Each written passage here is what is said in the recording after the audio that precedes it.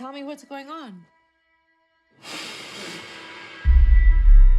Recently, I've been on a manga mania. I've been reading manga after manga after manga. It's certainly not healthy. Please send help. But I also found a few unpolished gems that just started serialization, and a few fully fledged ones that, surprisingly, not many people are talking about. Big shame, cause they should. So here I am shining some light on 5 beautiful manga you should be reading.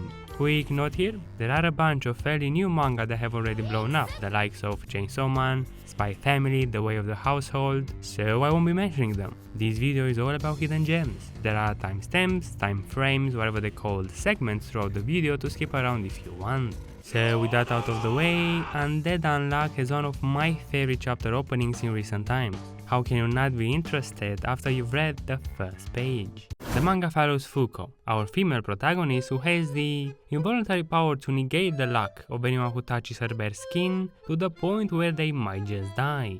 Handy ability for sure. She's a shut-in who desires a normal life, to experience her first romance and do ladylike activities, but her curse makes it impossible to even be around someone else. Until, on the day she decided to end it all, fate plays its card and she encounters Andy, our male protagonist. A guy with the power to negate death, hence the undead name, and a strong wish to snuff out of his ridiculously long life.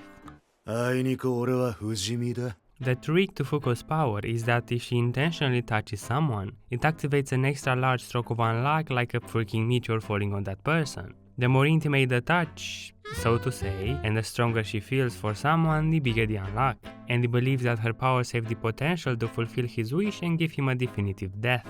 And so they go on a quest for the greatest death ever, which basically means they need to fall for each other and bang. Nice.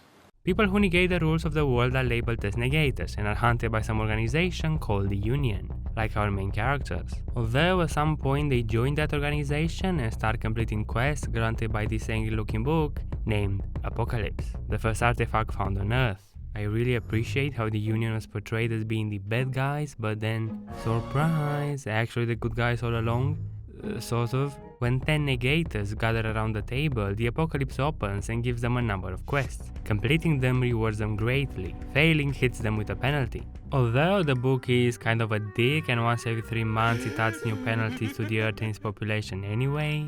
Penalties like deleting the existence of the stars along with any sort of memory humans might have had, deleting the concept of days of the week. At this current point in the story, people don't know what a week is, although they clearly knew in the past. But penalties can also add new things, like a galaxy filled with aliens that are invading the Earth. Nice. Similarly, the rewards vary from the unification of all of the world's languages to powerful artifacts to location of other negators. And not every reward is necessarily good or beneficial for the organization. It's really creative or mega creative, anything can happen, it's just up to the mangaka. Sometimes it hits you with some crazy random things. The Union's goal is to gain as many powerful rewards as possible to kill the one being who forced those rules upon the Earth, God. They want to kill God, which resides on the other side of the book. But they're also working under pressure as they can't afford to fail any more quests since that would bring the end of the world. Nice. A big strength of the manga is the power system. Just as Andy negates death and Fuko negates luck, there are other people that negate movement, touch, that have the unseen hands of Beetlejuice, and other things that I'm not going to spoil. It's very diverse and really creative, like how Andy can use his body however he wants, and I mean it. It makes for some clever and unpredictable strategies in fights and for scenes like these, but also for a lot of funny moments, if you like dick jokes in your cup of tea. What's really interesting is that each power user has a set of rules that dictates what their ability can and can't do, but that's something they need to discover themselves. And I like rules, especially in battle shonen. They're like an indirect statement from the mangaka assuring me that there's not going to be many ass-pulls. Emphasizes on many since this is still a battle shonen after all. That's basically their power system. It's quite simple, yet there's enough room for it to be challenging. Now let's talk characters. The main duo is so fun to follow. Andy is extremely lovable, a crazy guy with huge suicidal intentions, what not to love. Huge Deadpool energy, he loves vodka, might actually be Russian, I don't know. He's more naked than dressed, very realistic if you ask me. When you have your body destroyed or torn apart over and over, your clothes will get damaged. obviously, right? He uses his fingers as bullets, carries his sword by sticking it into his back. He's lived hundreds if not thousands of years, a true veteran who can also become Super Saiyan 4. Did I mention that? Fuko is a great counterpart. I mean, she has tsundere tendencies, what's not to love? She's inexperienced but bold, and it's kind of rewarding to witness her growth from a shut-in who was ready to die to someone who enjoys life and is willing to fight for it. Great dynamic between them, you'll love it. The story has a nice quick pace with some good action panels and fights choreography. When the plot thickens, it gets really interesting because it raises a ton of questions, and questions are great, don't forget that. I also like how the action takes place everywhere.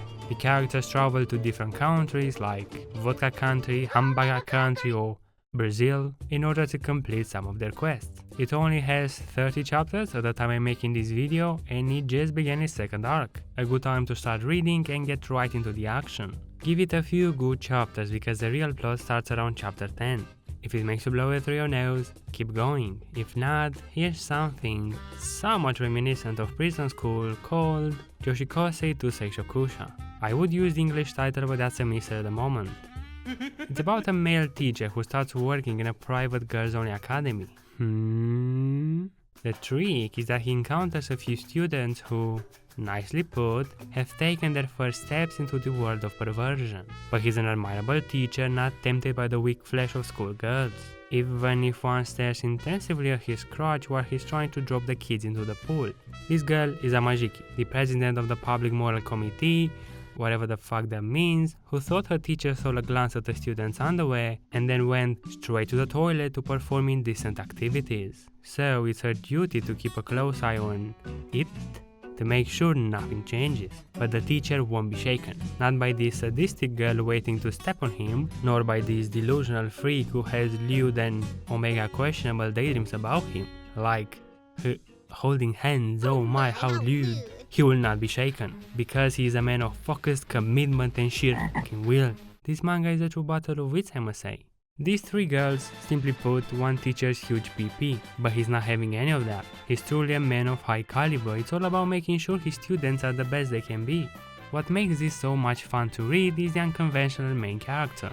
He's a man amongst men, oozes big chad energy. He's a guy that's been through life. There's a very high chance he was the protagonist of a harem manga in his youth, and now this is just a regular day for him. That's why he doesn't seem shaken at all. He's a wholesome guy that really wants to help his students in any way he can. Like there is this scene where the delusional freak draws a short manga about her and the teacher doing things, and he takes that piece of work, reads it and gives her proper feedback. He tells her that she should try to improve her character designs, and if she ever decides to go pro, he will cheer for her. Of course, that's not what she was aiming for, but that's another thing. And despite the absurd ecchi comedy, at some point the manga takes a turn and really hits that drama spot, which, to my surprise, has been incredibly executed, and that's what made me give it a spot on this list. It seems like the girls have their reasons that justify their perverted behavior. To a certain extent, of course. We get little hints about what happened to them as we get glimpses of their backstories. For example, Rina, the sadistic type, has not only been severely bullied throughout her school years, but also abused by her father and brother. That's what led her to be afraid of men and ultimately hating them. The teacher takes it upon himself to help his students overcome their problems, no matter how personal they might seem, and he's really committed to supporting them due to his own traumatic past experience. Overall, it's a mix between absurd ecchi comedy and touching sensible topics, sometimes presented in a half-serious manner, sometimes really hitting close. It's pretty good and has a fantastic and sort of ominous artwork. That alone is worth the read. I should also mention that it's like seinen, so yeah, keep that in mind. Give it at least one chapter. If it doesn't do it for you, then here's...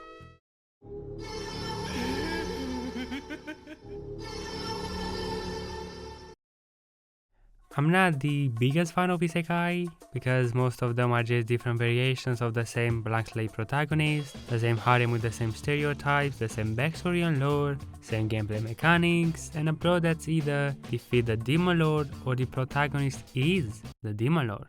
But every once in a while a few stories will disregard all of these isekai notions and stand out in the medium, like Konosuba and Re:Zero for example, and so does the Eminence in Shadow.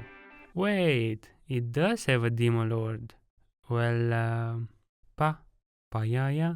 The manga does what my 13 years old mind wanted, and I welcome this with open arms. It's about a delusional guy, or how my fellow weebs like to call it, Chunibyo, who dedicates himself to becoming a powerful and mysterious figure acting in the shadow. Someone who pulls the strings behind the scene while posing as an unremarkable mob character. A bit like Batman minus the rich part, but a boring real world had limits that prevented him from achieving his goal. In order to fulfill his dream, he needed something more. He needed to master magic, which he learned from a Harry Potter book. Oh, Wingardium Leviosa! Instead of waiting for the isekai to come to him like any other pleb, he chased down the isekai and forced himself on it. And so he finds himself in a fantasy world filled with magic, and the perfect opportunity to become a true eminence in shadow. This new world is pretty typical, I would say, but what makes it interesting is the impact our protagonist has on it. The trick is that his delusions become real no matter how random and silly they might seem. And so, when presented with the opportunity, he fabricated a story about an evil cult planning to resurrect an ancient demon, and convinced a young elf that her illness comes from the cult and is proof that she's a hero descendant, therefore really powerful. He then cues her with his superior magical abilities. Yes, he is kind of overpowered, as you might have expected, and has her join his secret organization, Shadow Garden, which technically aims to prevent the revival of the demon Diabolos. Technically. This grows a little out of hand as his first recruit spreads his story like wildfire, and soon enough Shadow Garden becomes a massive but secret organization with branches all over the world. Now, the other trick is that the protagonist Sid is not self-aware enough to catch that his delusions are becoming real and thinks the people from his fake organization are just performing and playing along with him. That's pretty much the core of the manga. Remember when you were a kid and saw those movies with a rich guy, maybe a mafia boss, comfortably sitting in their expensive chair drinking some fine wine, holding a cigar in their hand while surrounded by famous paintings? Or, something like that? Well, Sid spent years collecting certain items and humiliating himself for money just so he can recreate one of those scenes to have his moment, where he could have his cool, edgy and epic monologues. That's the type of person he is. He's also a guy of high standards if money isn't included. When bitches throw themselves at him, he straight up denies them. He's a busy guy leading a secret organization. He doesn't have time for puny relationships. He's got that thing called a personality. He's dumb, but not dumb enough to spare an enemy. If someone gets in his way, he'll chop that person without a second thought. Sometimes the author tries to convince us that he is indeed the good guy, and then in the next scene he goes on a murder streak laughing in JoJo style. He's someone that just doesn't give a crap. Even if a million people were to die, it would hardly bother him. He is not a hero. He's got a few things he cares about, and that's pretty much it. Kind of relatable and actually believable, but he's also not an asshole. He cares about the members of Shadow Garden, and he's quite a nice guy to anyone who isn't an enemy. Nevertheless, he is a massive troll, so much that he even trolls himself.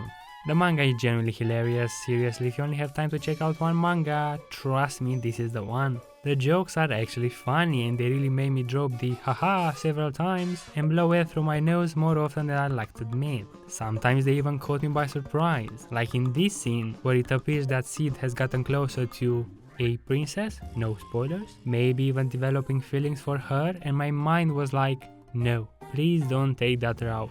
Although I kind of preemptively made peace with the idea, only for the punchline to prove me wrong yet again. Because Sid wants to be the true eminence in shadow, he cannot under any circumstance even attempt to stand out. When he's forced to compete in a tournament, he went as far as to master the 48 ultimate forms of Mopfu, which are basically ways to fake defeat, just so he can have a perfect and elegant loss worthy of the eminence in shadow. His performance was so great that it reached his opponent's heart. It's filled with this type of moments and is genuinely funny. His level of dedication is something to marvel at. I mean, he created a full-blown enemy attack on his school and then pretended to sacrifice himself to save one of the girls. He let himself get cut to make it look convincing, use risky magic to stop his heart, just so he can have his fantasy fulfilled. Truly commendable. Now, setting the comedy aside for a minute, the manga does have its fair share of wholesome moments. The members of Shadow Garden are really grateful for what Sid started. While he's caught in his roleplays, the organization cures fellow females like Alpha, the elf we saw in the first chapter, that have been discarded as lepers, and restores their forms, hones their magical gifts, and trains them to fight in a world that has long abandoned them. It also has some really touching moments, but there's no way to mention them without spoiling important things. So it's really good, really funny. I bet my ass is going to be the next big isekai. Next is My Home Hero. Am I cheating a bit with this one? Perhaps, since it isn't exactly new. I should probably rename the video, but I couldn't leave this one out. Thrillers are my favorite genre of manga, right up there with mysteries, and I love immensely when a mangaka chooses to have a realistic art style. I found that it makes everything more believable, such that what happens in the story could very well be happening around my neighborhood. It makes it easier to take the story seriously, and that surely benefits My Home Hero. I love the art style is what I'm saying. The story follows Tosu Tetsuo, an ordinary businessman who is our main character. Every once in a while he dines out with his daughter Reika, who just moved on her own to focus on university. On one of those days, he noticed that his daughter hides a bunch of bruises on her face. After a bit of interrogation and investigation, it turns out her boyfriend caused that, even though she denied it, and Tetsuo soon realizes that she might be in danger. Sneaky sneak, he goes to check her apartment to clear his suspicions, and while digging around, the boyfriend pops in. He quickly hides and overhears the boyfriend saying how he's going to kill his daughter. Turns out the boyfriend is associated with the Yakuza and is just using his daughter for money. To protect her, Tetsuo does what any other father would and kills that motherfucker, of course. What are we gonna do? We're gonna kill him? Huh? Okay, we kill him, right? What then? What, fucking bury him? From that on, it becomes a stealthy, sometimes not so stealthy fight with the Yakuza. Tetsuo needs to protect his daughter and himself from the Yakuza while trying to keep his doings hidden, to commit the perfect crime. He even pulls a pro-light Yagami move and works with the enemy to find himself, sort of. A dangerous game of cat and mouse. It's super interesting. For once, the main character isn't the smartest or a genius able to deal with any kind of situation. He's a regular person, just like you and me. Maybe a bit cleverer, but also a bit sloppy. And you know why that works so well? Because we're on the same wavelength as him. His thought process, the questions he raises, and the action he takes could very well be mine and yours, under certain circumstances. If you had no fighting experience, how would you deal with someone way stronger and tougher than you? Grab him by the balls and hit him with something heavy in the head. It's very easy to understand why he does what he does, and just as easy to empathize with him. He wants to protect his family and is forced to go to great lengths in order to do so. He's also very lucky to have a loyal wife who soon becomes his partner in crime. Look no further than this top tier waifu material. The other interesting part is that the guy has been a mystery writer for over 20 years, a fairly mediocre one all things considered, but has done enough research and has plenty of knowledge on different topics needed for his stories, such as dismembering a corpse and successfully getting rid of one. He managed to make a cooking pot out of a bathtub and cook whoever he needed to. But just because he knows those stuff and has to use some of them, it doesn't mean his consciousness is on the same page as his actions. He is terrified. He wakes up heavy sweating from nightmares, he's constantly stressed out, wonders if someone is on his tail, and has quite a few meltdowns. His psychological reaction is really believable, just as good as the suspense aspect of the story. You're never sure if his plans are actually going to work. Each one of Tetsuo's actions comes with a consequence, which brings another problem for him to try to deal with. I really don't want to give too much away, so I'll just say that it continuously builds tension chapter by chapter. Holy moly, does it know how to build tension, and it becomes more impressive chapter by chapter. You'll find yourself rooting for Tetsuo's success, or not. Either way, this manga is a big highly recommend, an incredible thriller through and through, and you don't want to sleep on it. But if you are feeling a bit drowsy, you need to check out A Wife Who Heals With Thighs. Just kidding, who would read such a thing? Whenever I come across a fantasy manga, I instantly think that has to be some sort of an isekai, which is a little bit sad because it made me forget that a fantasy story isn't just an MMORPG in disguise, that the characters don't level up, there's no HUD that pops up, the race differences don't stop at the appearance, demons actually deserve their names, you get the gist. But I recently stumbled upon a manga that made me remember that. Frieren at the Funeral is an emotional story depicting the way an elf perceives the passage of time. The manga opens up with a party of 4, returning from the long journey after they defeated the Demon King. Yeah, I know, just forget about the demon thingy for now. They are 2 humans, Gimli and an elf, Frieren the main character. Upon their return, the ruler of the kingdom throws a big party and even builds each one of them a statue as appreciation. What marked the end of a lengthy 10-year adventure for 3 of them was only a brief journey for Frieren. You see, in the elven perception of time, 10 years is merely a few human days, maybe a week. And so, before she left the party to continue her studies as a mage, she promised them to meet again in 50 years at the next meteor shower to witness it together. Little did she know that in half a century her friends would be close to live their final years. They have one last adventure where Frieren shows them the meteor shower from a special place, which is unfortunately followed by the death of one of her friends, Heimel the hero. Even though she knew human lifespan are short, she regrets not getting to know Heimel better during their journey. She believed that there was no point in building any relationship since the people around her would die way sooner anyway. But when it happened, when she lost someone, she realized how much she regrets neglecting them. She should have cherished those moments and the joy of doing simple things with her precious friends. And so, at the request of one of her dying friends, Haita, she takes under her care his disciple Fern. She's a fellow aspiring mage with whom she forms a rather strong bond as their adventure goes on. It's a bittersweet story about life, death and memory. Do you hate it when authors try to force you to feel sad for their characters, yelling in your face, "Is this not sad, are you not crying?" I fucking hate it, let me tell you that. But there are authors that can write a simple, honest story and make you genuinely feel for it. And that's the tale of Frieren at the funeral. The main character doesn't understand how time flows for humans. She's an elf, someone that didn't experience change over a long period of time, and therefore doesn't expect further changes to happen, as opposed to humans who experience change almost every other year. And so, learning in a short span of time what her friends like, their favorite food, favorite flower, mundane stuff like those, never really crossed her mind. She couldn't even see the point of watching a sunrise together with them. To her, it was just another sunrise. Every chapter has this sort of heartbreaking old memory that makes Frieren go, "Oh, so that's how it was," as she slowly starts to understand what her friends meant with those mundane things, and it just makes me feel wistful each time I read a chapter.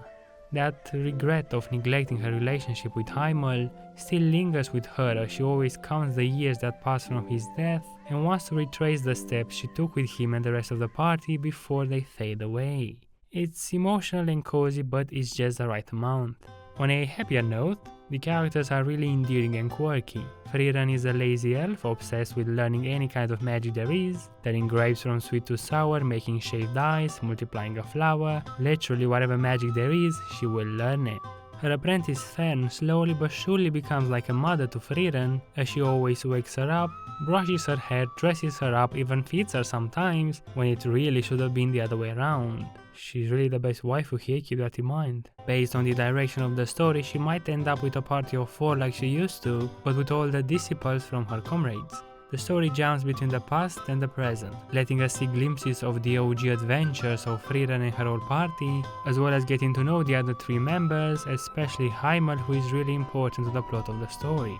It's really well written, the art is pleasing, I love how the artist uses little montages of panels to convey the passage of time. It's a goddamn great manga. Ladies and gentlemen, that is for this video. Initially I wanted to have 10 manga, 10 sounds so much more appealing than 5, but I also wanted to talk a bit more about each one of them instead of just having a summary and, you know, keep the video at a reasonable length. I try to have a bit of diversity between the choices, a bit of battle shonen, some drama mystery, and I hope you found something that piqued your interest. Blah blah blah, here's a bonus manga for those who stayed until the end. Hardboiled Cup and Dolphin comes from the hands of Beelzebub's author, Tamura Ryuhei. In other words, this manga can get axed anytime, so you gotta be quick, this guy can't catch a break. It's about a hardboiled cup and a dolphin. Listen here, this guy slaps your woman's ass and gives you this look. What the fuck you gonna do? Boil Samijima is an old school rough and tough kind of cop, the type to go in, get the job done, get his man no matter what and reap the glory. Only that in modern days that would catch you in serious trouble for breaking several protocols, which is exactly what happens. He gets demoted and sent to work on an island where he meets these. Officer Nanase, who fills him up with information about an ongoing strange investigation taking place on the island. A girl worshipped by a cult and raised by a dolphin. Turns out the dolphin is also a cop and becomes Samejima's partner. What just happened? I have no clue, but I'm digging this manga as dolphin. It's fun, so unpredictable that I'm still trying to get my brain around it. There is an octopus that is actually a human that is actually an octopus, but no, he is human. Wait, what the fuck? He plays peekaboo? Basically, this little punk's imagination becomes real, and some ocean gang is after her.